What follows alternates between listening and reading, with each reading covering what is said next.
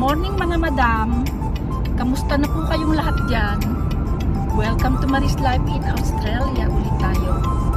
Katatapos lang namin ulit mag-swimming ng asawa ko dahil still public holiday.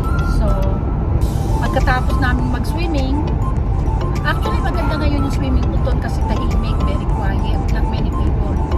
So, pagkatapos namin mag-swimming na mag-asawa, sabi ko, gusto kong, parang nagugutom ako, gusto kong maggawa ng palitaw.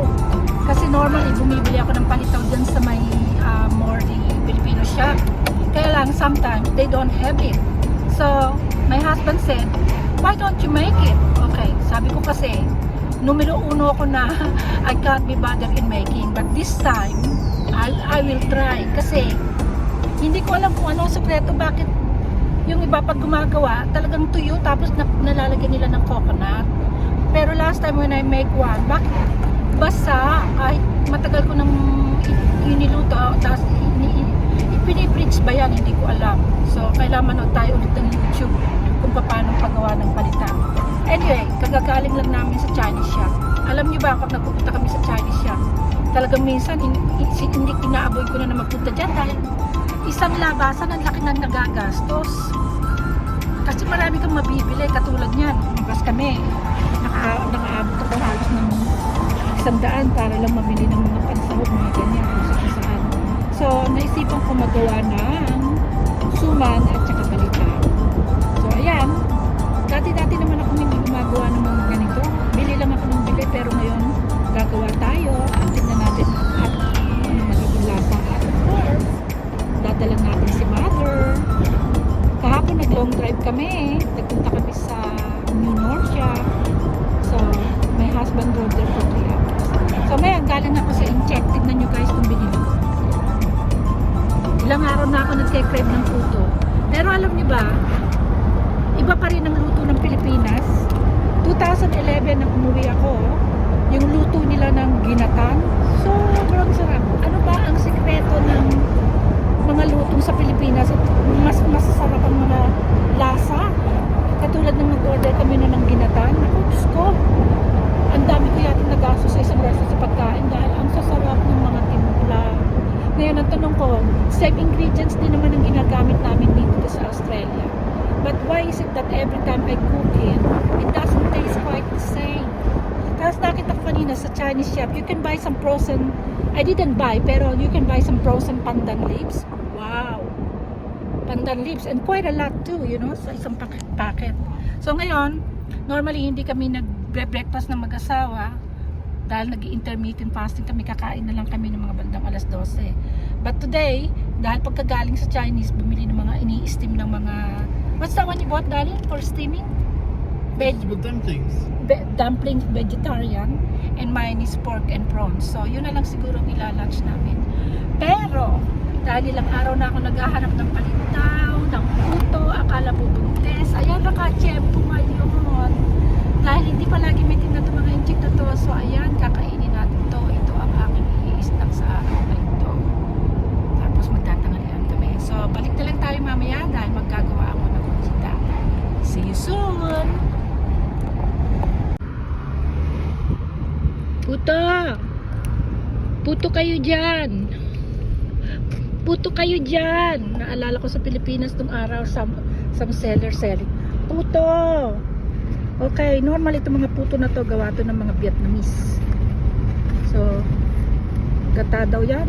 Baka gata-gataan lang yan eh. Tikman natin. Pwede na. Kinakain yung puto. Iba pa rin yung puto ng Pilipinas. Putong na yung, ayun, putong na yung sarap ng nasa Pilipinas. Putong na.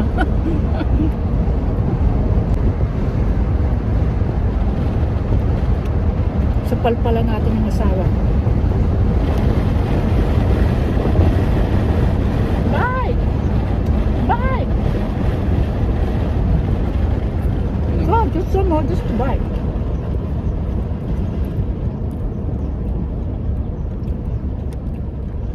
Itong asawa ko hindi ito mahirap pakainin.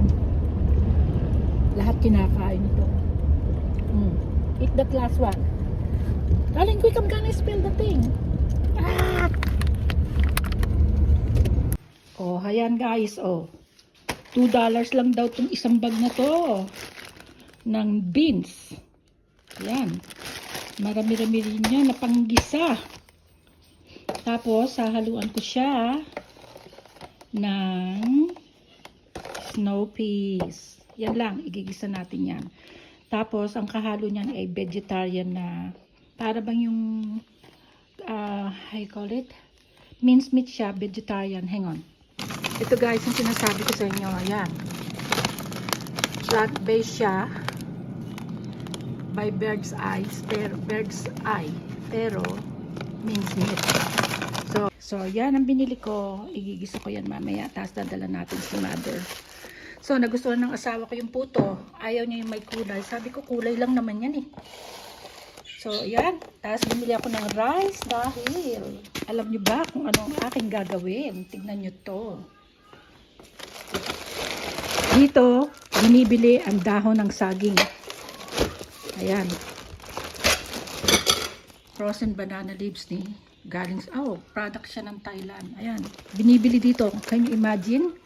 Sana nung bagong dating ako sa Australia, may mga ganito dito nung 1985. Eh, wala eh. So, ayan guys.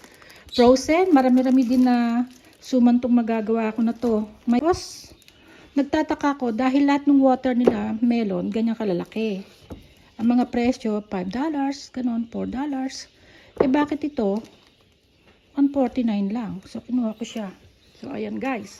Kaya nga sabi ko sa inyo, pag nagpupunta sa Chinese, it always costs a lot to go to Chinese. So, ito, ay, binibili pala namin yun. Akala ko, hindi. My God. Gawa dito ng mga Vietnamese eh. Mung beans. Masarap siya guys. Sticky rice, tapos nasa loob yung durian na ano. Ayan. So, gusto rin ng asawa ko. So, ito daw ang gusto niya ngayon sa tanghalian. Ang akin ay pumili ako ng frozen na prawn and pork chow mein. Yan. Yung mga Chinese. Lahat-lahat yung nanapilin pampamili na yan. Kulang-kulang na 100. Tapos, ayan. Mahilig ako sa mga frozen ng coconut. Guys, kung bibili kayo ng mga frozen coconut, itong brand na to ang bibili ninyo dahil masarap siya, wag yung kulay berde. This one, napakahilig ko sa mga sitcherya. Pearl buns. Sasabihin ko sana buns eh. Pandan. Ini-steam ko lang siya guys. Pero pandan siya. Masarap. Ayan. So, di ba sabi ko nga magagawa ako ng ano ba tawag dito? Palitaw. Ayan na ang ingredients po. Pumili na tayo ng sesame seed. Pumili tayo ng freshly grated frozen coconut. My God, nung sana mga 1980s meron na niyan. Wala. Nang dumating ako dito, niwalang Chinese shop. Ang mamahal. Tapos, ayan na yung ating glutinous flour.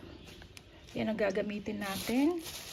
At bumili rin ako ng isang lata ng Chef's Choice ng creamy coconut. Yan ang pinaka-the best na creamy coconut that you can buy. Para sa akin, hindi siya mura, $3. So, ayan guys. Tapos kahapon nung maggala kami, na-discover ko itong drinks na to. Ang sarap-sarap din pala nitong drink na to. Bago lang to. Pero, inaabot ko nga yung sobrang matatamis eh. So, ayan guys. Bumili na naman ako ng bitter melon. Yung, ano ba tawag dito? Sa Tagalog. Ampalaya ba tawag dito? Yeah, kasi mahilig ako dito lately eh. Ayan, may kamatis, sibuyas. Of course, dadala na naman si mother. O, ayan na po. Kita-kits tayo ulit mamaya. Itatabi ko lang tong mga pinamili ko ng mga pagkain. So, don't forget to like and subscribe sa aking channel. Maraming salamat po. Bye! Maris Life in Australia nga pala.